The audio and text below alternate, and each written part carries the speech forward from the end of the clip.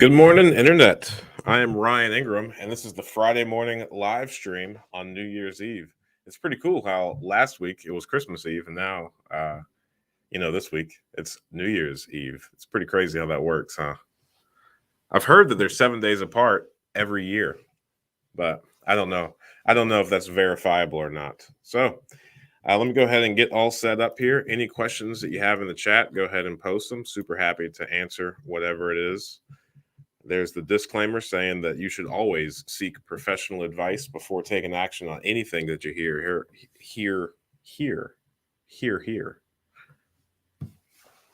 Because I'm a person on the internet. I have no idea your particular financial situation. I wonder how regular people need to say these disclaimers before it's just kind of expected on default. I guess we live in such a litigious society that'll probably never be the case. I also don't even know if you have to say all these things. I just know that everywhere I look, I always hear people say that. So I assume that I should say it too. But I guess we'll never know because I'm assuming without putting any effort into looking into it. Yeah, the year is coming to an end. And 2022 is about to start. Super excited about that. I've got all my goals set out for next year. I hope that 2022 is going to be a massive year for our business, for the social media, and for you. So this is probably going to be a short one today. I'm going to hightail it out to my in-laws right after this live stream. So it's not like it's close by, so I don't want to be too late. But I hope that everybody has some fantastic holiday plans. And I also hope that looking for some rental properties are in those plans of yours.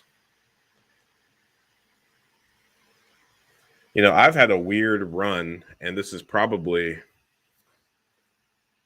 not ideal, but I've had a weird run as of late that the deals that we've purchased off the MLS, we have found on like Saturdays and Sunday mornings. So I have sent the past couple of deals that we've purchased off the MLS have been from some realtors that have posted them on the MLS on Saturday and Sunday morning. Consequently, I'm over here emailing our realtor on Saturday and Sunday morning.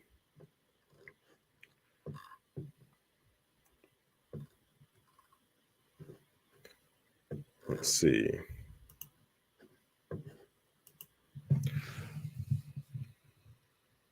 Trying to think of any questions that I've gotten.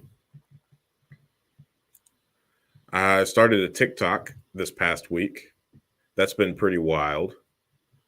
I think the difference between, every social media platform is very unique. And on like Instagram, on YouTube, and on the other social media platforms, I feel like you have to go out of your way to like search things about real estate investing before you find it. And I think, and since I'm such a small channel on here, you've got to really look hard to find me. And I guess TikTok might be a little bit different in that they just shove videos in front of a lot of different people, whether they're looking for real estate investing or not.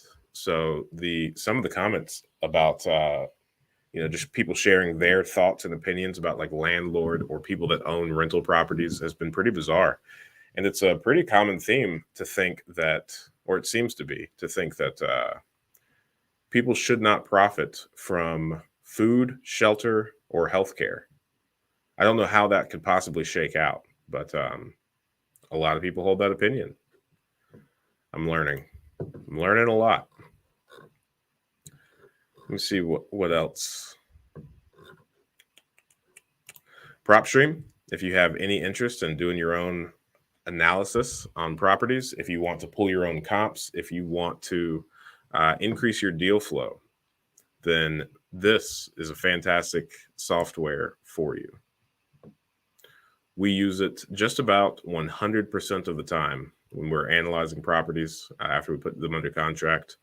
And I mean, they've got a fantastic comp report that you can use that we have presented to several investors that find it intriguing to see our like exit strategy and just the underlying asset on their properties. So, or on their loans, the underlying assets for their loans.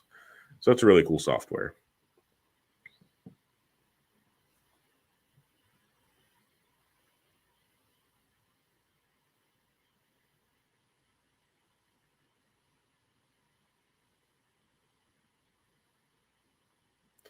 Trying to think of any questions that I may have received that over the past couple weeks that I'd like to go ahead and talk about.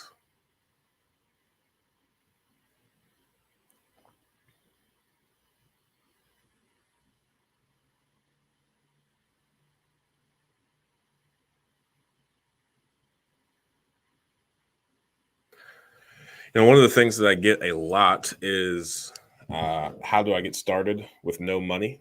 And I think that's a really dangerous question. You can definitely do it, but at what risk? And I think whenever you're trying to make a lot of something out of nothing, you're probably going to have to take on an exorbitant amount of risk for at least a short amount of time until you get your feet under you.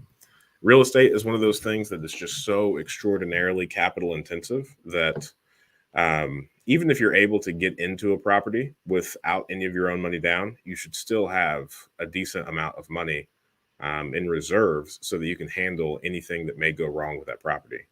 Because if you're able to get into a property with little or no money down, and then you're able to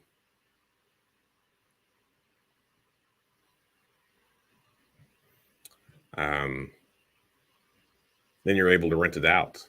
I mean, the cash flow from that property alone is not going to be sufficient for you to take care of any maintenance issues that arise from that property.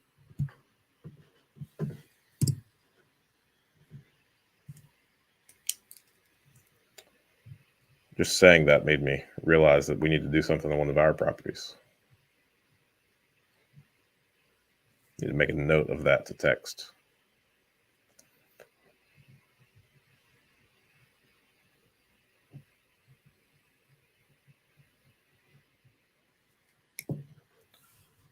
All right.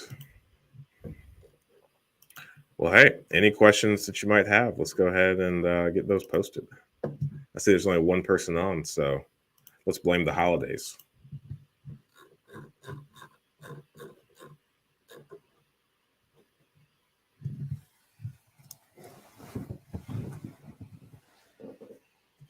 It's been a little bit slow for us as well. I think probably the end of the year is slow for most folk. We've acquired some good properties. We've got a lot of rehab projects going at the moment. We've got a lot of properties available for rent at the moment. So I guess slow is relative. We've got a lot of moving parts.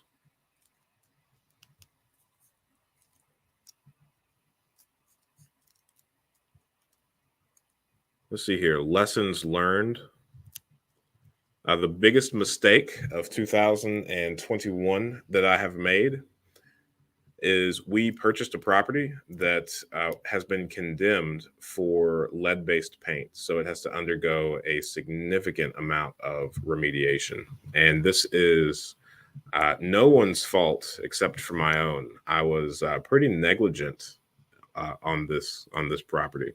So there were papers posted on the door whenever we walked through it that clearly stated that it was condemned for the lead-based paint by the Montgomery County Health Department, I believe is the appropriate department.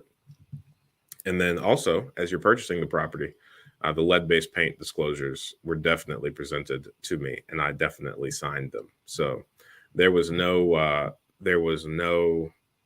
negligence on anyone else's part.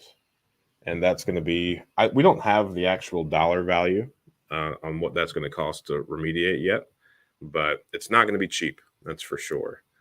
And it's also not like we got a extraordinary discount on the property either. So it's going to be a close one. I think we might be just a little bit upside down in this property once we get it back up to speed. But the siding needs to be replaced. All of the windows need to be replaced. And, just everything needs to be encapsulated. A lot of the issues with lead is if it's pretty old and gets broken down and there are airborne particles, that is pretty uncommon, unless I guess you're moving it around or sanding it or scraping it or things like that. Or if it is flaking off or peeling off, which is common, and then those are somehow ingested. So if you encapsulate it, encapsulate mean if you paint over it, or like for the exterior, if you side over it, then that's a real thing. So once we get rolling, it shouldn't be too hateful. But in the meantime, it's pretty rough.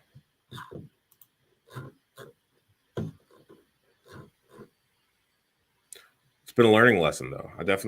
I can most certainly say that I'll never make that same mistake again.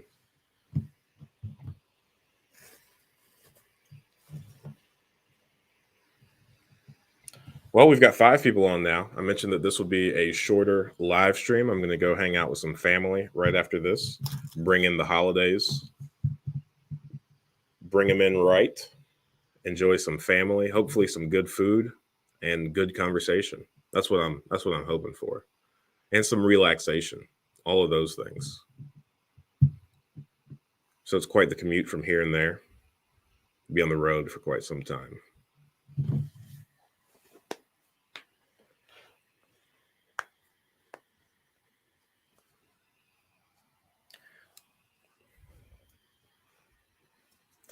I hope everybody's doing well. I am going to assume that everyone's doing fantastic since there aren't many questions. I'm going to go ahead and say that all the people on here are the regulars that are buying, multiple properties a month, and you're crushing it. The open rehab projects that you've got going on, everything's going according to plan, within budget, within the expected time frame. Everything's on time and smooth sailing. To everybody that already has rental properties that are already rented out, then I'm going to go ahead and assume that everything is functioning exactly as anticipated. Everybody's being extraordinarily cordial and kind and respectful to you. And then for everybody that's interested in getting into real estate investing, I'm going to assume that you know all the books that you should read, that you've got all the information at hand, and now you're just out there analyzing deals, consuming material, and finding other people, like-minded to you that are helping you get your feet in your local market.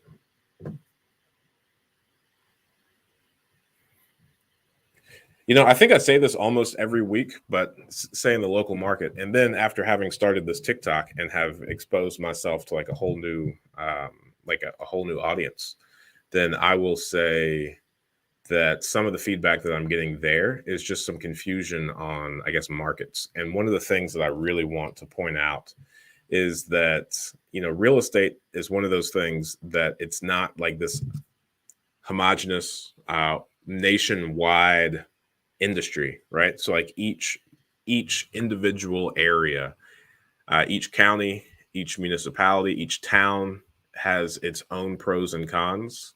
And, regionally, you've got different factors that are specific and exclusive to that region. So what's true for California is not true for Indiana. What's true for Montana is not true for South Carolina, right? The issues that people have in Montana are not going to be the same ones that people are having, in South Carolina, Virginia, or any other state. So it's all specific. So when I'm posting my experiences about real estate investing here in Ohio, you shouldn't necessarily assume that, what's true for you in California or Washington might be true for me here in Ohio. We've got, different regulations. We have a completely different market. Prices are different. Our industries are different. Our economies are different. The culture is different, so I think to think of real estate as one individual thing is a pretty big mistake that will likely leave you not taking advantage of all the opportunities that are in fact available to you. 4 people on, 13 minutes, 0 questions. This is pretty impressive.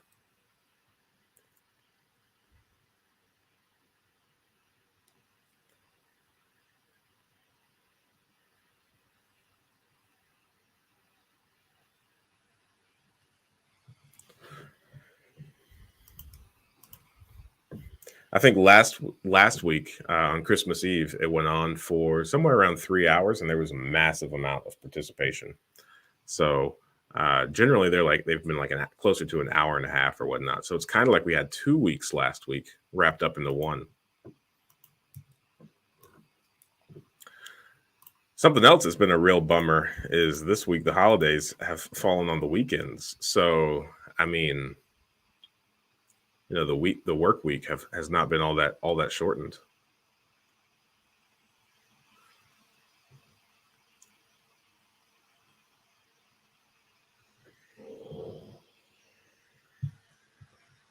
I don't remember offhand, but I think if like Christmas and New Year's falls inside the business day, I think you normally have the following day off as well. Is that right? Yeah. Yeah. Happy New Year. Good morning. Thanks for breaking the silence in the live chat. That was really impressive how long it took, to get some of these questions. So it's going to be a shorter one today. I've got about 15 to 45 minutes left, somewhere in there, really depending on the pace and what happens. But if it stays about this slow for the next couple minutes, we'll probably call it a day around 8:30. 263 Holdings, welcome back, man. I appreciate you being on here. Let's see here. Has your buy box changed within the year? It has. It's definitely increased. My realtor pointed that out to me.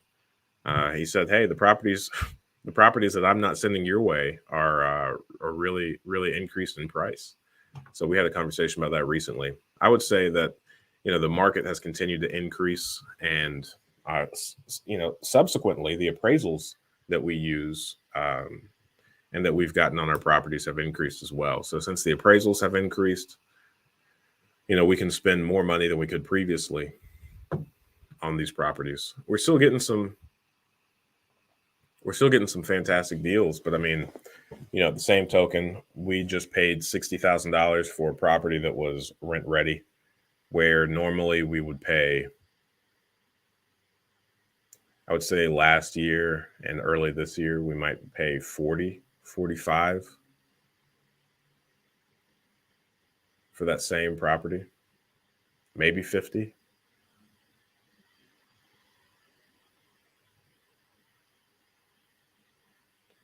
I would say at the beginning of the year, we bought a property that was rent ready for about 50,000.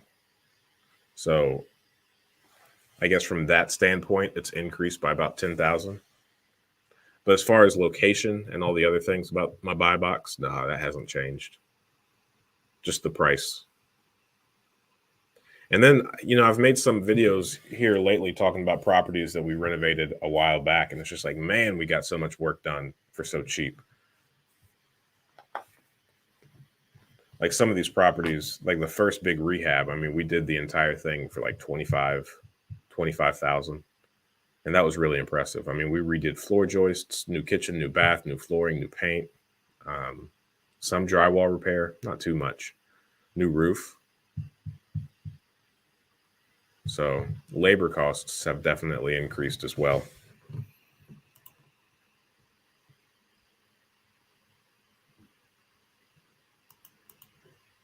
I'm right there with you, man. We own a couple of 4 units, a couple of 3 units, and a handful of duplexes. But as far as like being a wealth of knowledge about multifamily, that's not me. I don't know. Getting around 300,000 from a property you bought in India. It's commercial land. 10,000 square feet.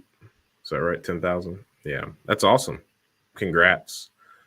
I don't know anything about multifamily though. I would say everything that I know about is single family homes. I would say that I'm pretty confident in my understanding of single family homes here in Ohio. And then when you get into different states, I think I'm very familiar with like the technicals of having land, but not very familiar with the specifics of those markets. So, the broader, and then if you're talking about going into a different country, I guess I still understand the fundamentals about having single family homes, but, everything is, I don't know. I would say, especially the single family home market, so much of it is dependent upon the locality, like labor costs. I would have no idea what to expect in different places. Um, Access to materials, cost of materials, that's specific to the region as well.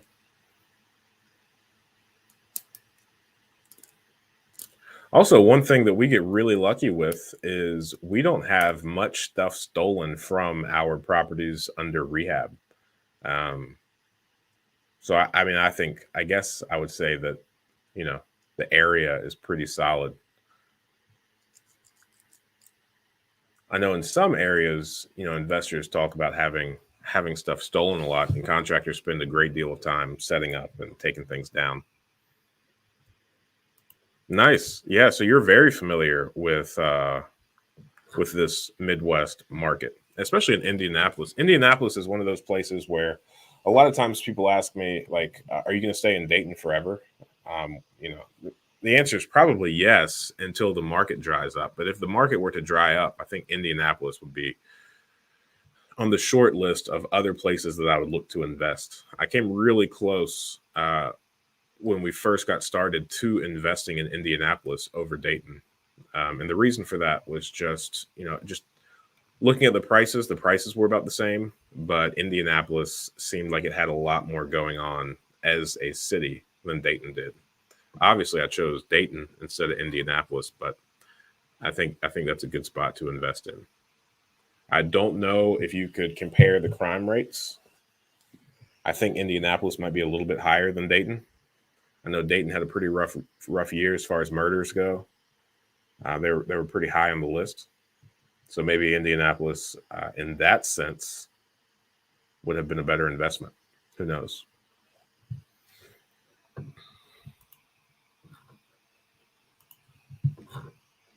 Yeah, I would say though, since you're in the Midwest, I mean, I would say that the Midwest, I think it's one of the best kept secrets as far as real estate goes. I'm really impressed that not more people are investing here.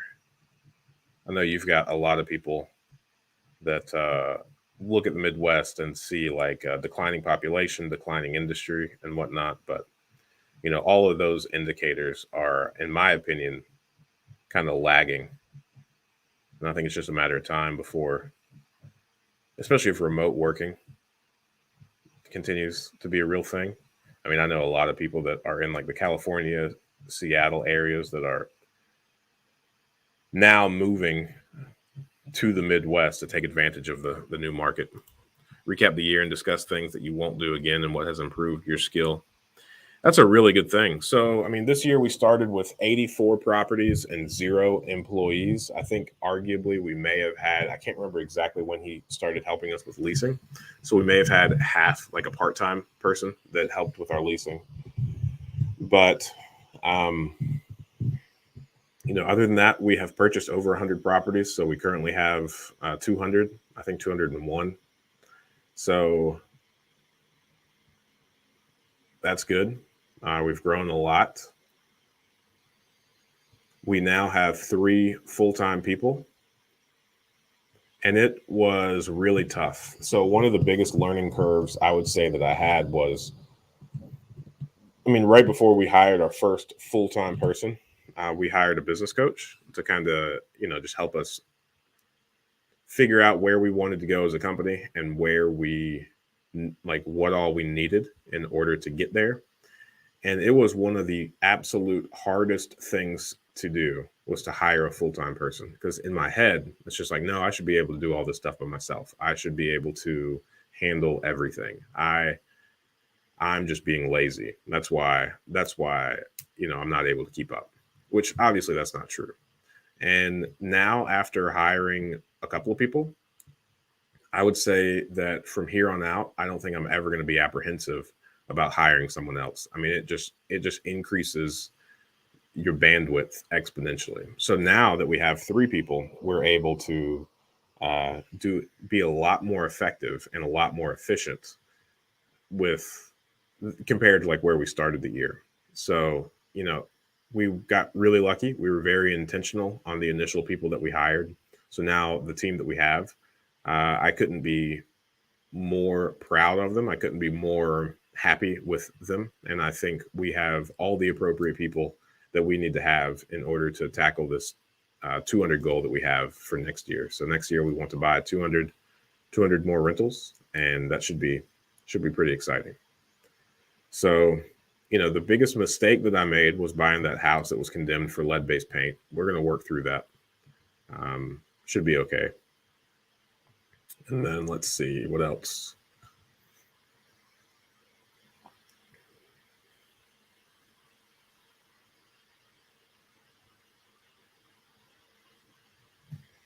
Yeah, I mean, I would say the biggest thing is just going from 0 people to 3 people and seeing how big of a difference that makes. And, also, I mean, it's really fun to work with people, alongside people that, we're all bought in. We all have, similar visions. All the people that we hired have rental properties of their own. So there's a lot of synergy in what we're doing. And it's just a fantastic team to be a part of.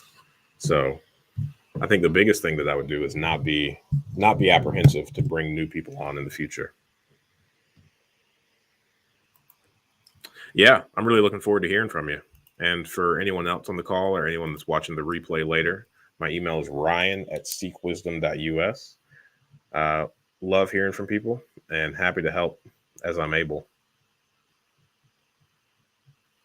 Unfortunately, though, sometimes I'm just not able to help people just because, like, what they have planned. So, like multifamilies, like I'm of no use when it comes to multifamily because I've never really done it myself.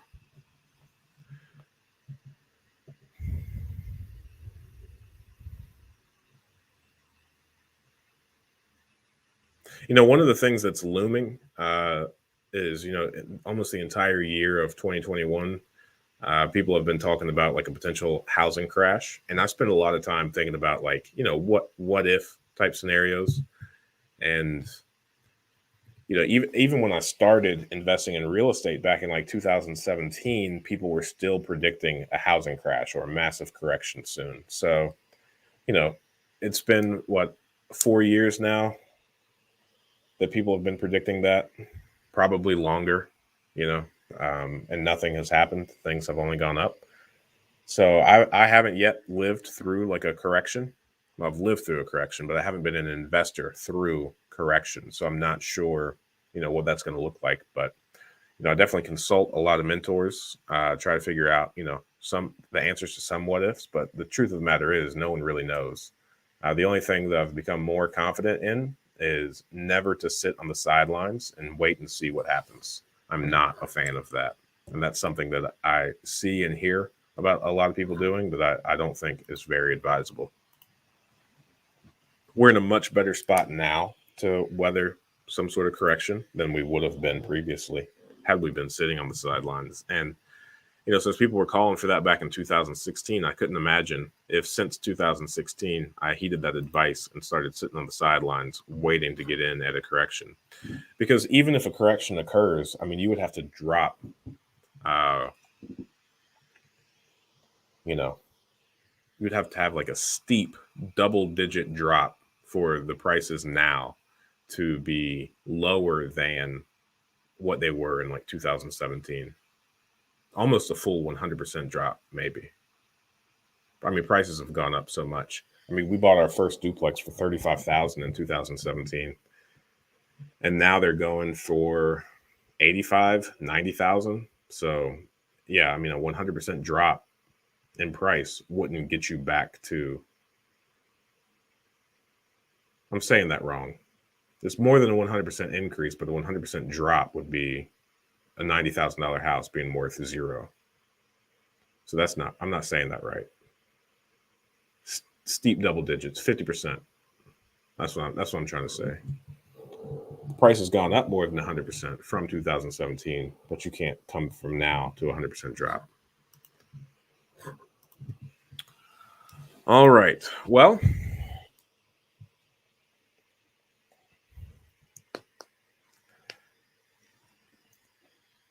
tonight is New Year's Eve, so people shouldn't.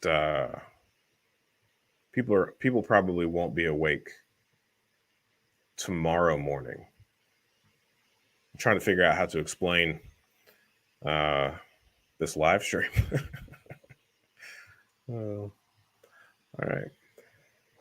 Well, I'm gonna sit around for a couple more minutes, probably 2 more minutes, see if anybody has some last minute questions. Otherwise, I'm gonna go hang out with some family and suggest that you do the same. And congrats to everybody for a very solid 2021, presumably.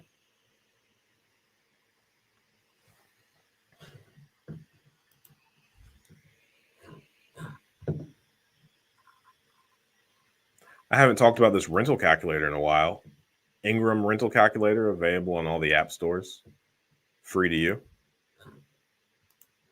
Yeah, thank you. I look forward to hearing from you. Yeah.